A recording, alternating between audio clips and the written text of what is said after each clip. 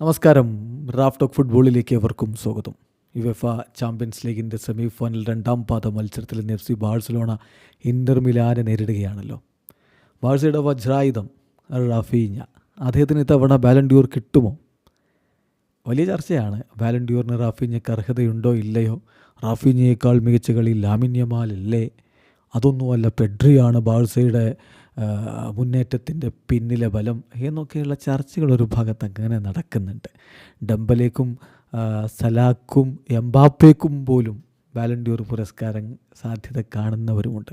അവർ റാഫീഞ്ഞയോട് ചോദിക്കുകയാണ്, ഇത്തവണത്തെ ബാലൻ ഡ്യൂറിൽ നിങ്ങളൊരു കണ്ടൻഡറായിട്ട് സ്വയം തോന്നുന്നുണ്ടോ എന്ന്. നിങ്ങൾക്ക് ഇത്തവണ ബാലൻ ഡ്യൂർ സാധ്യതയുണ്ടോ? അദ്ദേഹത്തിൻ്റെ മറുപടി, ബാലൻ ഡ്യൂർ വിജയിക്കുക എന്നുള്ളത് ഞാനൊരു പേഴ്സണൽ ഗോളായിട്ട് സെറ്റ് ചെയ്തിട്ടില്ല. പക്ഷേ എന്നെ അതിന് നോമിനേറ്റ് ചെയ്യുകയാണെങ്കിൽ അത് തന്നെ, നോമിനേഷൻ ലഭിച്ചാൽ തന്നെ എനിക്കതൊരു വിജയമായിരിക്കും. കാരണം എനിക്കറിയാം എന്തൊക്കെയാണ് എൻ്റെ ജീവിതത്തിൽ സംഭവിച്ചിട്ടുള്ളത്, ഏതൊക്കെ വഴിയിലൂടെയാണ് ഞാൻ കടന്നു വന്നത് എന്ന്.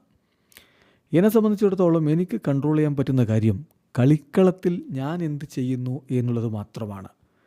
അല്ലാതെ അവാർഡുകളും റാങ്കിങ്സും അതൊന്നും എൻ്റെ കയ്യിലല്ല. സോ ഞാൻ അതൊന്നും എൻ്റെ ലക്ഷ്യമായിട്ട് ഗോളായിട്ട് സെറ്റ് ചെയ്യാറില്ല. പിന്നെ ഞാൻ എന്നെ എങ്ങനെ റേറ്റ് ചെയ്യുന്നു ചോദിച്ചാൽ, ഈ സീസണിൽ ഞാനൊരു 15 ഗോളും 15 അസിസ്റ്റുമാണ് എല്ലാ കോമ്പറ്റീഷനുകളിലുമായിട്ട് ഞാൻ സെറ്റ് ചെയ്തിരുന്ന ഗോള്. അതിനെയൊക്കെ മറികടന്ന് മുന്നോട്ട് പോകാൻ കഴിഞ്ഞല്ലോ, സന്തോഷം. അപ്പോൾ എനിക്ക് നൽകുന്ന റേറ്റിംഗ് 10-ൽ 7.5 ഈ സീസണിൽ. പക്ഷേ സീസൺ ഇപ്പോഴും കഴിഞ്ഞിട്ടില്ല. അതുകൊണ്ട് തന്നെ ഒരു ഫൈനൽ വേർഡിക്റ്റ് എനിക്കിപ്പോൾ പറയാൻ പറ്റില്ല. അപ്പോൾ അദ്ദേഹത്തോട് വീണ്ടും ചോദിക്കുകയാണ്, ഏതൊക്കെ താരങ്ങൾക്കാണ് അങ്ങനെയാണെങ്കിൽ ബാലൻ ഡ്യൂർ സാധ്യത? അദ്ദേഹത്തിൻ്റെ മറുപടി, ലാമിൻ, സല, എംബാപ്പെ. വിനീയുടെ നമ്പർ ഒരു പക്ഷേ കഴിഞ്ഞ സീസണിലേക്കാൾ ഈ സീസൺ ഒരൽപ്പം താഴെയാണ്. പക്ഷേ എന്നെ സംബന്ധിച്ചിടത്തോളം അവനും എപ്പോഴും ബാലൻ ഡ്യൂർ കണ്ടൻഡർ തന്നെയാണ്. 2 അണ്ടർ റേറ്റഡ് പ്ലെയേഴ്സ് ഉണ്ട്, അവർ കൂടി നമുക്ക് വേണമെങ്കിൽ അതിലേക്ക് ഉൾപ്പെടുത്താം. അത് പെഡ്രിയും റോഡ്രിഗോയുമാണ്. ഇതാണ് റാഫീഞ്ഞയുടെ അഭിപ്രായം. എന്തായാലും നിങ്ങൾക്ക് വ്യത്യസ്തമായിട്ടുള്ള അഭിപ്രായങ്ങൾ ഉണ്ടാവും. കമൻറ്റ് ബോക്സ് രേഖപ്പെടുത്തുക. ആരോഗ്യകരമായ ഫുട്ബോൾ ചർച്ചകളുമായി നമുക്ക് മുന്നോട്ട് പോകാം. വീഡിയോ അവസാനിക്കുന്നു. ഫുട്ബോൾ ലോകത്ത് കൂടുതൽ വിശേഷങ്ങളുമായി റാഫ് ടോക്സിൽ എത്താം.